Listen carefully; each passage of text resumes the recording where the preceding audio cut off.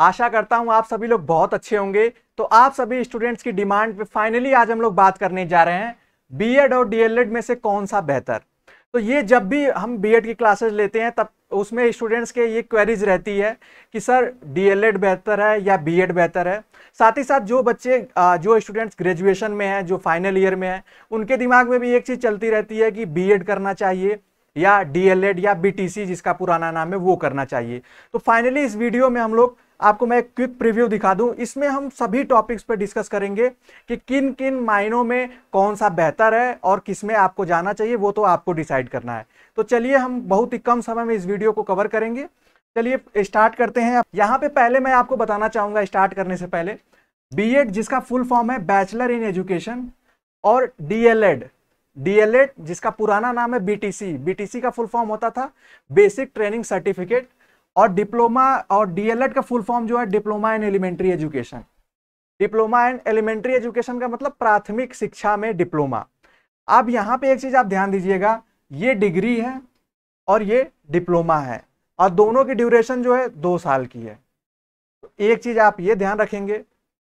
दूसरा आप ये रखेंगे कि अगर एडमिशन की बात करें कि इन दोनों में एडमिशन कैसे होता है, तो आपको पता है यूपी बीएड, उत्तर प्रदेश में बीएड करने के लिए है, बाकी कुछ यूनिवर्सिटीज अपना कराती हैं, सीयूईटी बीएड है, तो उनके एंट्रेंस एग्जाम होते हैं। लेकिन बीटीसी या डीएलएड में क्या है, ये मेरिट बेस्ड पे होते हैं। मेरिट बेस्ड का मतलब इनकी मेरिट बनाई जाती है 10th 12th और ग्रेजुएशन के मार्क्स को जोड़कर। तो ये एक चीज ध्यान दीजिएगा कि अभी तक ये मेरिट बेस्ड पे हो रहे हैं एडमिशन इसमें। अब उसके बाद हम बात करें एलिजिबिलिटी, योग्यता की, तो आप देखेंगे ग्रेजुएशन विथ 50% आपको योग्यता होनी चाहिए बीएड करने के लिए, और ग्रेजुएशन विथ 50% इसमें भी है, लेकिन इसमें एससी एसटी और पीएच कैटेगरी को रिलैक्सेशन भी मिलता है, किसमें, डीएलएड में। अब उसके बाद कोर्स फीस की बात करें, ये जान लेना आपको बहुत जरूरी है कि क्या दोनों में कोर्स फीस समान है या अलग है। तो अगर हम लोग यहाँ 2 कैटेगरी है, अगर गवर्नमेंट या एडेड कॉलेज की बात करें और प्राइवेट, इसी तरीके से यहाँ पे गवर्नमेंट और प्राइवेट की है। पहले अगर हम गवर्नमेंट को देख लेते हैं तो आपके दोनों साल मिलाकर 8 से 20 हजार रुपये तक लग सकते हैं। वो डिपेंड करता है कि आपका कॉलेज में फीस कितनी है, क्योंकि गवर्नमेंट कॉलेज की फीस डिफरेंट होती है। अगर आप जानना चाहते हैं तो मैंने उस पर एक डिटेल्ड वीडियो बना रखा है, डिस्क्रिप्शन में आपको मिल जाएगा, वहां देख सकते हैं आप। प्राइवेट की बात करें जिसमें सबसे ज्यादा सीटें होती हैं, तो वो है 51,250 फर्स्ट ईयर में आपकी लगती है बीएड में। ये यूपी बीएड की मैं फी बता रहा हूँ। अगर आप किसी और यूनिवर्सिटी की करेंगे जैसे सीयूईटी या किसी और सेंट्रल यूनिवर्सिटी की, तो वहाँ डिफरेंट हो सकती है, और आपकी 30,000 देनी होगी आपको सेकेंड ईयर में। उसी तरीके से अगर हम डाइट कॉलेज की बात करें, जो गवर्नमेंट कॉलेज होते हैं डीएलएड के लिए, आपकी फी लगती है वहाँ 10,200 रुपये पर ईयर, मतलब 2 साल में 20,400। और प्राइवेट की बात करें तो वहाँ आपको फी पे करनी होगी 41,000 रुपये पर ईयर। तो फी में ज्यादा अंतर नहीं है, लगभग उतनी ही, मतलब आप कह सकते हैं कॉस्ट आती है आपको इन दोनों के डिग्री या पढ़ाई करने के दौरान। अब उसके बाद हम लोग बात कर लेते हैं कोर्सेज ओरिएंटेशन। अच्छा, अगर सीट्स की बात करें तो अप्रॉक्स सीट्स भी उतनी ही होती हैं। इसमें गवर्नमेंट कॉलेज की सीट्स थोड़ी सी ज्यादा हो सकती है, लेकिन ओवरऑल उतना ही वो रेशियो है, अनुपात उतना ही है। यहाँ पे मैंने एक टर्म ऐड किया है, कोर्स ओरिएंटेशन। आपको ये भी पता होना चाहिए कि जो मैं कोर्स लेने जा रहा हूँ या पढ़ने जा रहा हूँ वो किस क्लास को लेकर ओरिएंटेड है। जो बीएड होता है वो क्लास 6 से लेकर 12 तक के टीचिंग के लिए ओरिएंटेड होता है, मतलब जो उसमें सिलेबस होता है। आप जब पढ़ेंगे बीएड के दौरान तो उसमें क्लास 6 से 12 तक के बच्चों को कैसे पढ़ाना चाहिए, क्या तरीके हैं, उस पर बात होती है।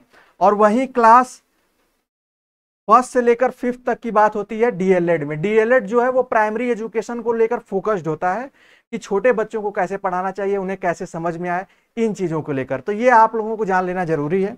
उसके बाद एक्सपेक्टेड बात की जाए, अब अगर 2 साल बाद जब आप निकलते हैं फाइनली अपने हाथ में डिग्री लेकर, तो आपके मार्क्स कितने आ सकते हैं एक्सपेक्टेड। अगर आप स्टेट यूनिवर्सिटी में हैं तो 55 से 65% हो सकते हैं, 70 भी हो सकते हैं, लेकिन एक में ये एवरेज है।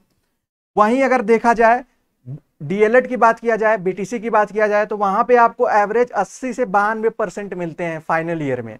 तो ये अंतर है, इसीलिए यहाँ पे इसका बेनिफिट मिलता है।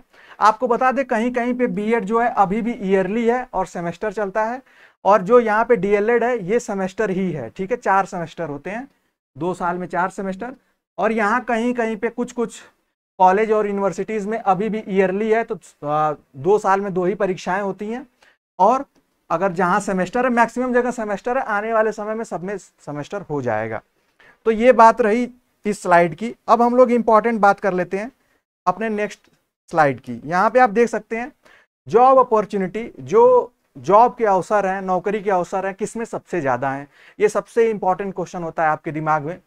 तो देखिए इसके 2 पहलू होंगे। मैं पहले एक चीज बता दूं, अगर आप बीएड कर लेते हैं तो सिर्फ बीएड करने से आपको जॉब नहीं मिलेगी गवर्नमेंट जॉब में। आपको उसके लिए टेट, सी टेट, ऐसे जो क्वालिफाइंग एलिजिबिलिटी एग्जाम है उसको क्रैक करना होगा, उसको निकालना होगा, तभी आप गवर्नमेंट जॉब के लिए जा सकते हैं। लेकिन ये जो मेजर चीजें हैं कि जैसे आप बीएड कर लिए आप, अब उसके बाद जो भी आपको टेट, सी टेट क्वालिफाई करना है, क्वालिफाई कर लिए, उसके बाद आप प्राइमरी टीचर बन सकते हैं। हालांकि अभी तक चल रहा है, इन फ्यूचर क्या होगा इस पर आपको अपडेट रखनी पड़ेगी। जूनियर टीचर बन सकते हैं 6 to 8, TGT 9, 10, PGT 11, 12 and LT grade teacher बन सकते हैं। एनवीएस नवोदय विद्यालय में आप टीचर बन सकते हैं, केवीएस में बन सकते हैं, DSSSB जो दिल्ली का एक ये बोर्ड है जो कि वहाँ के टीचर्स को रिक्रूटमेंट बोर्ड है, तो यहाँ टीचर बन सकते हैं। अपॉर्चुनिटी तो बहुत है, आप देख सकते हैं इतने सारे हैं बीएड के बाद। वहीं अगर हम लोग डीएलएड की बात करते हैं, बीटीसी की बात करते हैं, तो यहाँ पे आप प्राइमरी टीचर बन सकते हैं।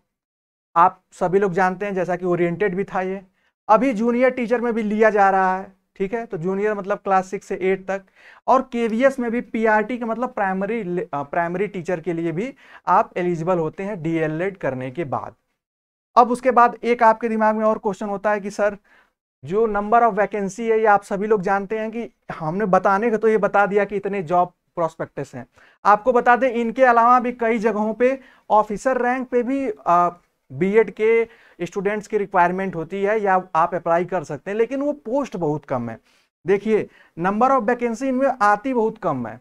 अगर इसको छोड़ दिया जाए, सिर्फ इन दोनों को हटा दिया जाए, तो इनमें जो है ना वो सिर्फ 1000 से लेकर 3000 मैक्सिमम जाएगी। उससे 3000 तो मैं बहुत ज़्यादा बोल रहा हूँ, 1000 से 1500 वैकेंसी जाएंगी। और यहीं अगर आप प्राइमरी टीचर की बात करें तो हमेशा 70,000, 75,000, 25,000, 30,000, मतलब 1000 में ही आएगी, वो भी 10,000 से ऊपर। तो यहाँ मैक्सिमम पॉसिबिलिटी है, मैक्सिमम चांसेज होते हैं वैकेंसी के। इसीलिए लोग कभी कभी, जब जिनको अभी मैं बताऊंगा आगे, आप यहाँ देख लीजिए बेस्ट फॉर। अब ये बात आती है कि ठीक है सर हमने सब कुछ जान लिया, अब ये बताइए कि हमारे लिए बीएड क्यों बेहतर है और किन के लिए बीटीसी बेहतर है। तो ये काफ़ी अच्छा क्वेश्चन है, इसलिए मैं इसमें इंक्लूड करा दिया हूँ। एजुकेशनल बैकग्राउंड जिसका है, सॉरी यहाँ पे एजुकेशनल होगा, ठीक है, जिनका एजुकेशनल बैकग्राउंड है, मतलब जो अच्छे में पढ़ने में अच्छे हैं या आगे और बेहतर करना चाहते हैं, साथ ही साथ जिनका सब्जेक्ट कॉम्बिनेशन अच्छा है, जैसे हिंदी पढ़े हैं ग्रेजुएशन में तो संस्कृत साथ में लिए हैं, पॉलिटी पढ़े हैं तो उसके साथ में हिस्ट्री पढ़े हैं, जैसे ये कॉम्बिनेशन है। आप जब जहाँ एडमिशन लेने जाते होंगे तो कॉम्बिनेशन की बात होती है। आप कॉम्बिनेशन साथ ही साथ वो ऐसे सब्जेक्ट्स हैं जो कि स्कूल में चलते हैं। स्कूल में मतलब अगर जैसे हिंदी जो है वो स्कूल में पढ़ाई जाती है, अगर आपने ऐसे सब्जेक्ट ले रखे हैं, हिस्ट्री ले रखा है, पॉलिटी ले रखा है, अगर आप साइकोलॉजी ले लिए तो ये स्कूल सब्जेक्ट नहीं है, मतलब ये 9, 10th के बाद पढ़ाया जाता है। अगर आपने इकोनॉमिक्स ले लिया, कॉमर्स ले लिया, ऐसे सब्जेक्ट जो हैं, लेकिन अगर आप बेसिक सब्जेक्ट लिए हैं जैसे हिंदी, इंग्लिश, मैथ, साइंस, ऐसे, तो ये स्कूल सब्जेक्ट होते हैं, तो उनके लिए बेहतर है बीएड। वहीं दूसरी तरफ जो नॉन सब्जेक्ट कॉम्बिनेशन है, इट मीन्स ऐसे स्टूडेंट जिन्होंने बीटेक कर लिया, ठीक है, बनना आप टीचर चाहते हैं, जिन्होंने कोई ऐसी डिग्री की है, बीसीए कर लिया, बीबीए कर लिया, जिसका मतलब एजुकेशनल बैकग्राउंड नहीं था, मतलब वो ऐसी पढ़ाई किए, आप कह सकते हैं कि जिसमें जॉब पाना चाहते थे उसमें नहीं मिली, अब फाइनली उनके पास ऑप्शन बचा, तो उन्होंने, उनके लिए, ऐसे स्टूडेंट्स के लिए ये डीएलएड बेस्ट है और बेहतर है, इससे बेहतर। अब एक फाइनल, आप लोग ये डिसीजन तो मैं आप लोगों पे छोड़ देता हूं, लेकिन एक चीज मैं आपको बताना चाहूंगा, जो भी स्टूडेंट्स, खासकर जो भी गर्ल्स इस वीडियो को देख रही हों, तो आपको जरूरत है सबसे पहले जॉब की। देखिए बीएड से आपको अच्छे पोस्ट की जॉब मिलेगी और डीएलएड से आपको जल्दी जॉब मिलेगी। तो ये आपको तय करना है कि आपको जल्दी जॉब चाहिए या अच्छे रैंक अच्छे पोस्ट की जॉब चाहिए, तो ये मैं आपके ऊपर छोड़ता हूँ, आप इसमें खुद डिसाइड करिए। मेरा काम था आपको ये सब कुछ डिटेल्ड वे में बताना। अगर इसके अलावा भी कोई और ऐसी इंफॉर्मेशन आपको लगे जो मैं अभी इससे शायद मिस कर दिया हूं, तो आप कमेंट बॉक्स में पूछ सकते हैं।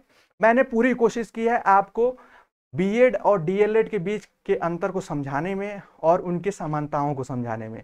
तो आई होप आपको मेरे द्वारा बताई गई ये जानकारी समझ में आई होगी।